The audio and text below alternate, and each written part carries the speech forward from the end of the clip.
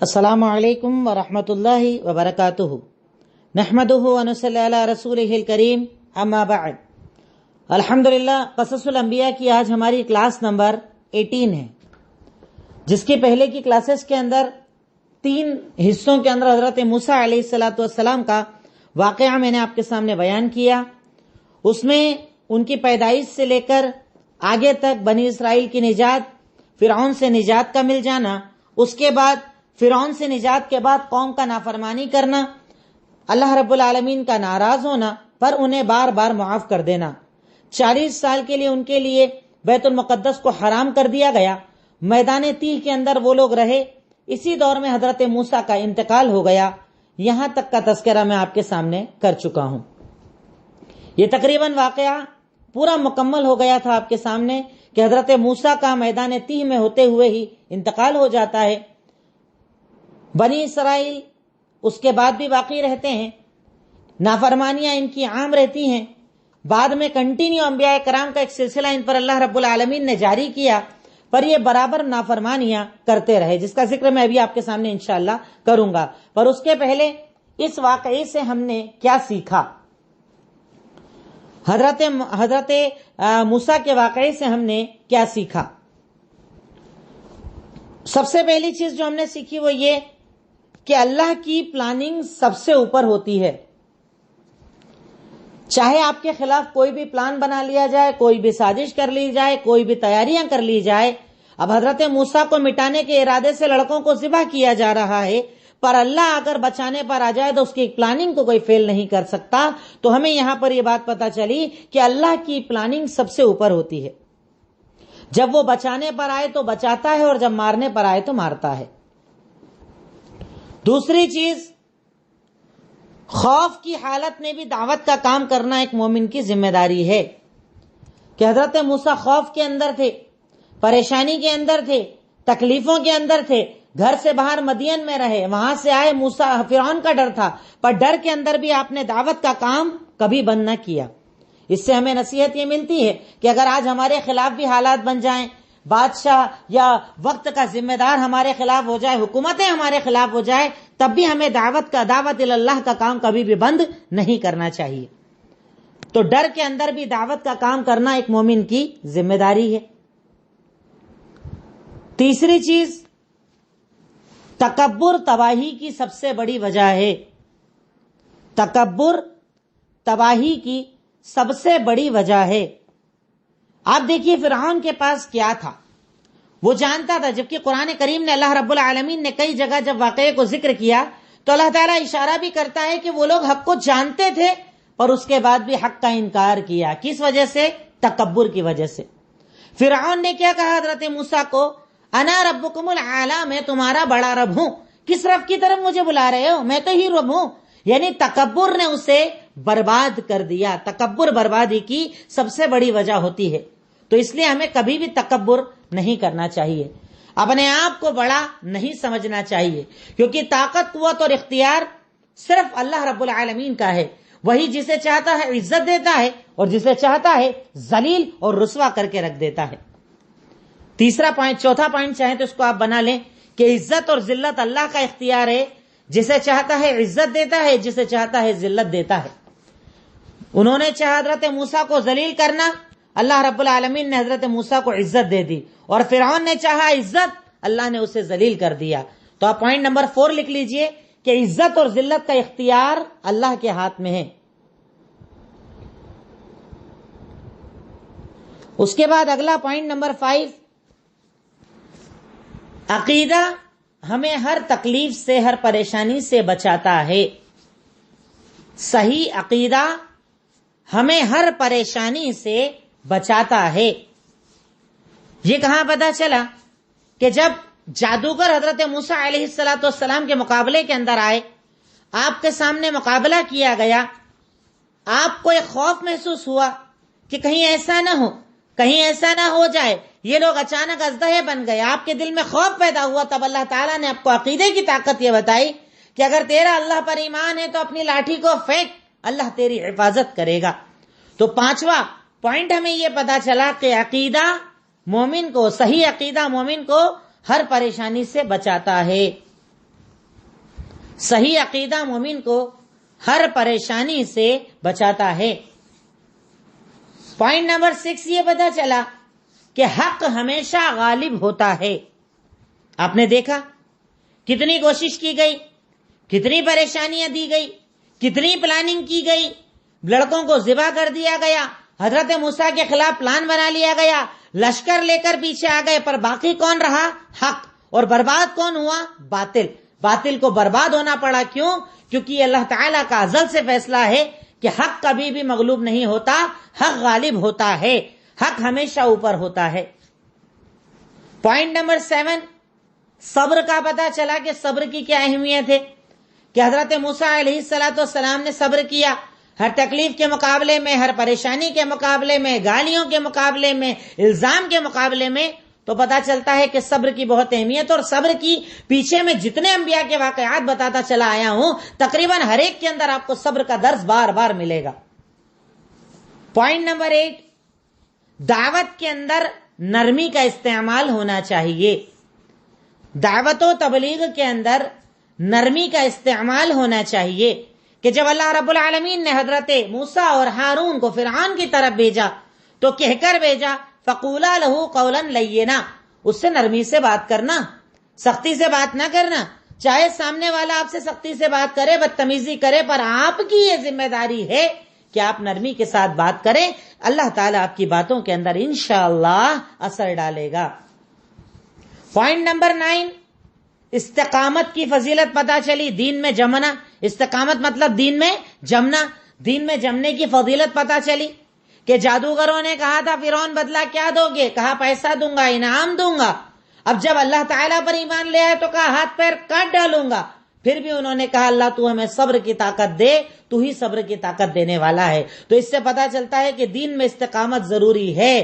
جب آپ دین پر رہیں گے تو تکلیفیں آئیں گی، پریشانیاں آئیں گی، دشمن بھی بنیں گے، لوگ ناراض بھی ہوں گے، پر آپ کو ہر حال کے اندر صبر کرنا ہے اور استقامت کے ساتھ دین پر جمے رہنا ہے، چاہے بات جان پر کیوں نہ آ جائے۔ ایک مومن جان کے مقابلے میں اپنے اسلام، اپنے دین کو بچاتا ہے۔ یہ بات ہمیں حضرت موسیٰ کے واقعے سے اور جادوگروں کے واقعے سے پتہ چلتی ہے کہ اسلام کے اندر استقامت کی بہت زیادہ اہمیت ہے۔ اب اگلی ہیڈنگ آپ بنائیں گے بنی اسرائیل کی نافرمانیاں، کیونکہ یہاں پر حضرت موسیٰ کا واقعہ بھی مکمل ہو گیا۔ آپ کی جو کچھ پوائنٹس مجھے میرے علم میں تھے وہ میں نے آپ کو بتا دیے، وہی مکمل ہو گیا۔ پر یہاں پر میں الگ سے ایک ہیڈنگ آپ سے بنوا رہا ہوں حضرت موسیٰ کے باب کے اندر ہی، اسی واقعے کے اندر، بنی اسرائیل کی نافرمانیاں، کیونکہ اللہ رب العالمین نے اس قوم کو عبرت کے طور پر ذکر کیا ہے۔ تم ان جیسے مت بن جانا، تم ان جیسے مت ہو جانا۔ یہ بڑی بری قوم تھی، اس کی برائیاں کیا تھی؟ اللہ رب العالمین نے پورے قرآن کے اندر کئی جگہ ان کی برائیوں کا تذکرہ کیا، پر ایک جگہ جہاں پر زیادہ ذکر کیا ہے وہ آیتیں میں آپ کے سامنے رکھوں گا۔ آپ اوپر آیت نمبر لکھ لیجئے، نیچے میں پوائنٹس کے ساتھ آپ کو ان کی نافرمانیاں بتا دوں گا۔ سورہ بقرہ آیت نمبر 39 to 49۔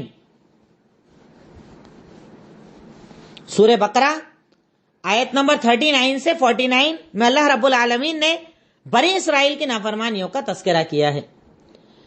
سب سے پہلے آپ اس بات پر اگر غور کریں کہ ہم اپنے آپ کو کیا کہتے ہیں؟ خیر امت، سب سے بہترین امت، جو اللہ رب العالمین نے لقب ہمیں دیا ہے۔ اللہ رب العالمین نے اس درجے پر ہمیں فائز کیا ہے کہ اللہ رب العالمین قرآن کریم کے اندر کہتا ہے کنتم خیر امت اخرجت للناس تأمرون بالمعروف وتنہون عن المنکر وتؤمنون باللہ۔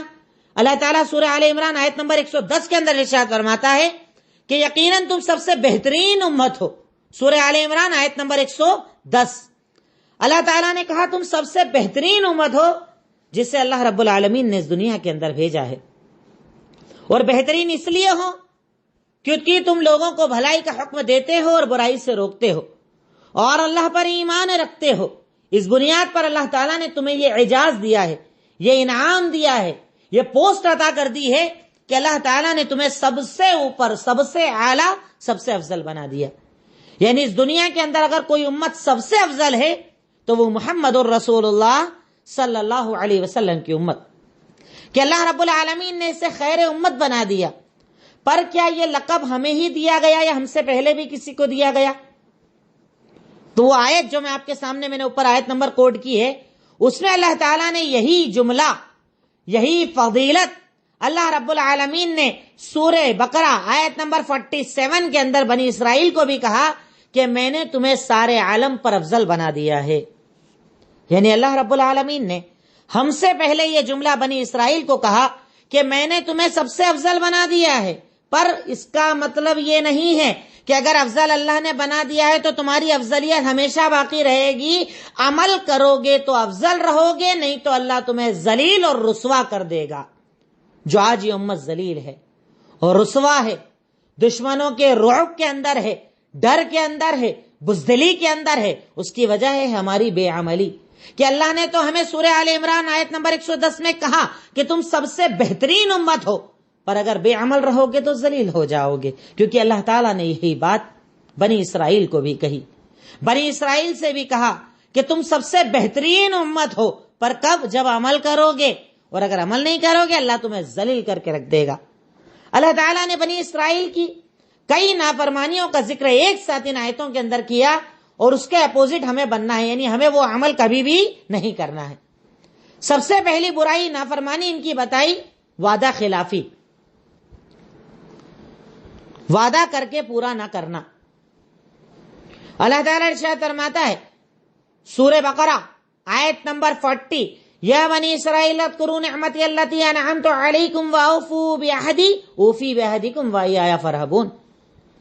اے وہ لوگوں، اے بنی اسرائیل، میری نعمتوں کو یاد کرو جو نعمتیں میں نے تم پر کی، اور ان نعمتوں کو یاد رکھنے کا مطلب یہ ہے کہ تم میرے وعدوں کو پورا کرو. مجھ سے جو وعدہ تم نے کیا ہے کہ تم شرک نہیں کرو گے، نبیوں کی بات مانو گے. بھئی فرعون سے تم کو نجات دلائی، فرعون تو مارنے بیٹھا ہوا تھا، تمہارے بچوں کو ذبح کر رہا تھا. اللہ تعالیٰ کہتا ہے میں نے تم پر اتنا بڑا انعام، اتنا بڑا احسان کیا ہے، تو اب تم کیا کرو؟ وعدوں کو پورا کرو. شرک مت کرنا، نبی کی بات کو تسلیم کرنا، نبی کی نافرمانی مت کرنا، وعدوں کو پورا کرنا. تو میں بھی اپنے وعدے کو پورا کروں گا، یعنی تمہیں سب سے افضل بنا دوں گا. پر یہ قوم کیا نکلی؟ وعدہ خلاف.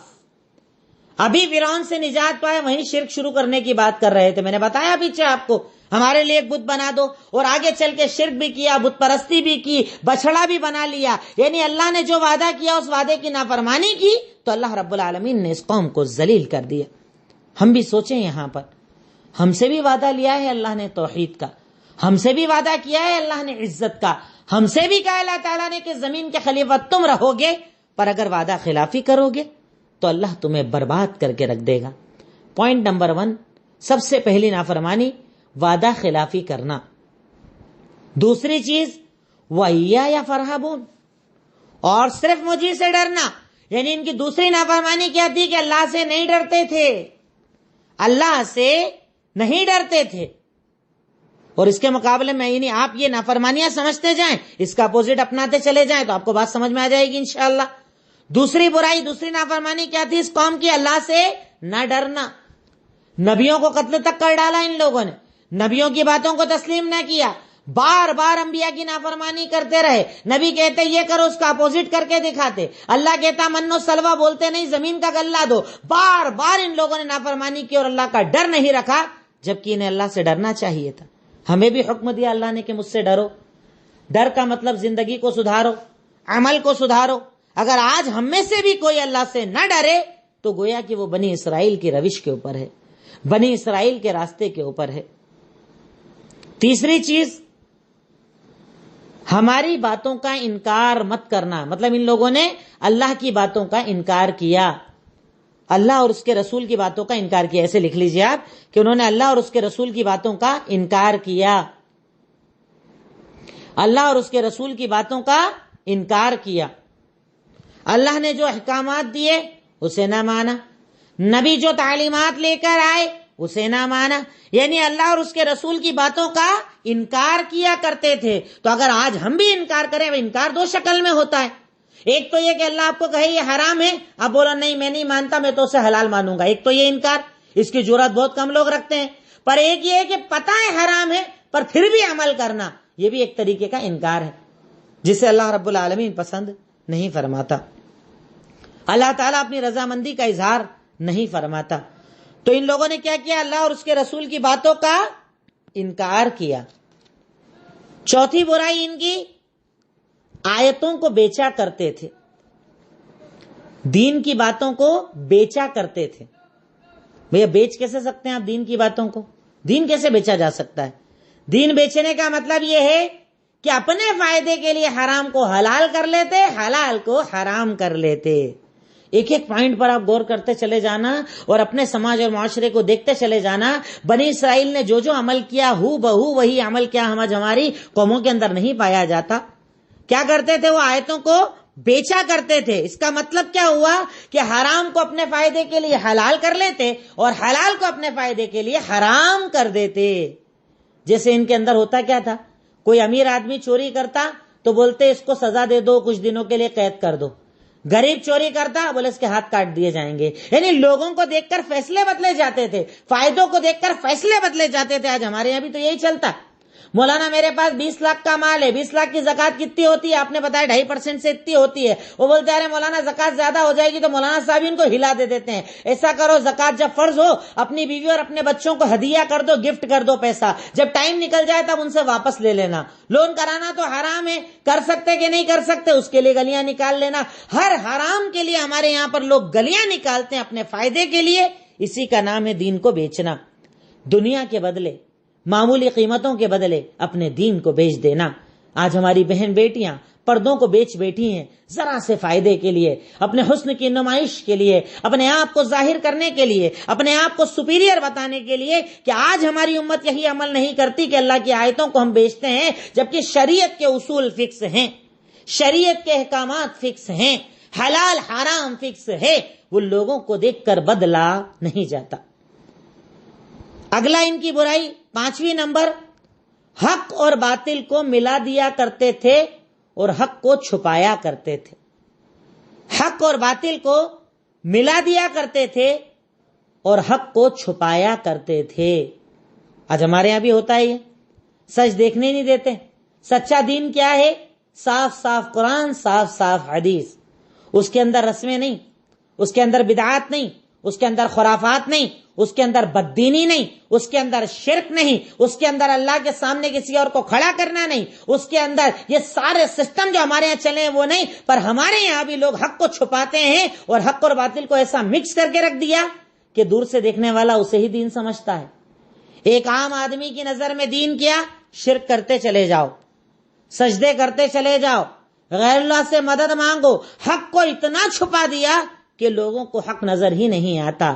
شرک کی زندگی، بدعتوں کی زندگی، حرام کی زندگی، یہ بنی اسرائیل کا طریقہ تھا کہ وہ لوگ حق کو چھپایا کرتے تھے۔ آج ہم بھی حق کو چھپاتے ہیں، ہمارے علماء چھپاتے ہیں، دین جانتے ہیں، سچائی جانتے ہیں، حقیقت پتہ ہے، صحیح حدیث پتہ ہے، پر اس لیے نہیں بتاتے کہ اگر بتاؤں گا تو اس مسلک والے کی چل جائے گی، فلاں فلاں کی عزت بڑھ جائے گی، میری سیٹ خطرے میں آ جائے گی، اس لیے کیا کرتے ہیں؟ حق کو بھی چھپا لیتے ہیں۔ اور ان کے بھی علماء یہی کرتے تھے کہ حق کو چھپایا کرتے تھے۔ دین جانتے ہوئے اسے نہ بتانا، دین جانتے ہوئے اس پر عمل نہ کرنا۔ بنی اسرائیل نے اپنی زندگی اسی کو بنایا تھا اور اسی بنیاد پر اللہ رب العالمین اس قوم سے ناراض ہو گیا تھا۔ ہم غور کرتے چلے جائیں، ایک ایک پوائنٹ پر رک کر سوچتے چلے جائیں تو نظر آئے گا ان کے جیسے سارے گناہ اس امت نے بھی عام کر لیے ہیں۔ اس کے بعد اللہ تعالیٰ نے انہیں حکم دیا تھا نماز قائم کرو، زکوٰۃ ادا کرو اور رکوع کرنے والوں کے ساتھ رکوع کرو۔ یعنی وہ بے نمازی بن گئے تھے اور زکوٰۃ ادا نہیں کرتے تھے، بے نمازی بن گئے تھے اور زکوٰۃ ادا نہیں کرتے تھے۔ نماز کا جو سسٹم ان کے یہاں رہا ہوگا، زکوٰۃ کا جو سسٹم ان کے یہاں رہا ہوگا، وہ لوگ اس پر عمل نہیں کرتے تھے، نمازیں قائم نہیں کرتے تھے، زکوٰۃ ادا نہیں کرتے تھے۔ آج ہمارے یہاں کون سی امت ہے؟